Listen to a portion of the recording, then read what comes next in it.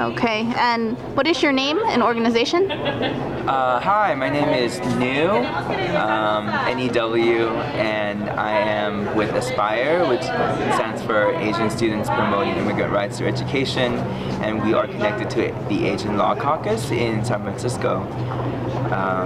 And what was your reaction to the speech today?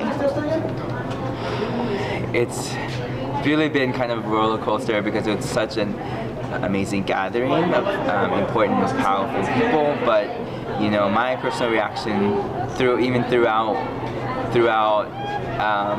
the president's speech and the remarks was, you know, I really applaud him for setting up the context of the immigration reform fight, right?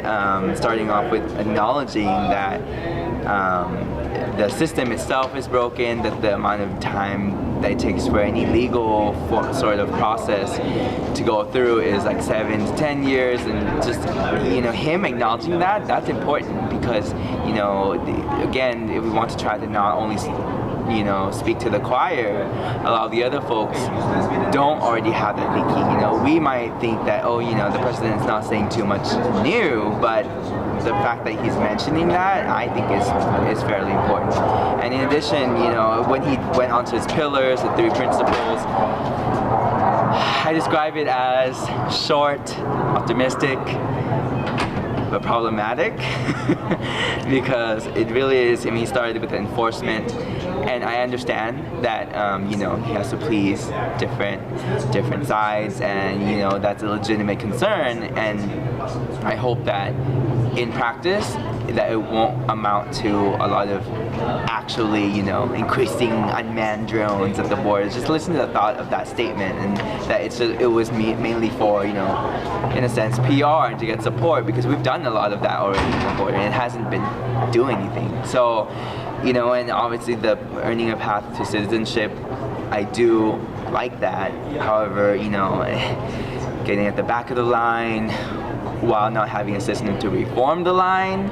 I mean, he had mentioned that in bits and pieces of like improving the legal immigration system, but really no specific detail. And without, at the end of the day, without touching on that, without reworking that system that he has now acknowledged, like, this is not going to be successful. You know, what's going to happen a decade from now? What's going to happen? It's not getting to the root of the problem. And, you know, it's going to be such a wasted opportunity now that the time is right, that, you know, the tides of both sides are coming together. And the employment, lastly, the employment kind of verification piece is also, you know, what does he mean? Does he mean strictly strengthening E-Verify? You know, he really left it really vague of like E-Verify, which I personally think it's not the best way to go about doing it. You know, obviously his intentions are good and to appeal to you know, rewarding employers who are doing the legal side of employing the right and legal of status workers, but you know, there must be better way to do that. So I mean, I think I'm personally waiting to hear more of it, of what exactly he means.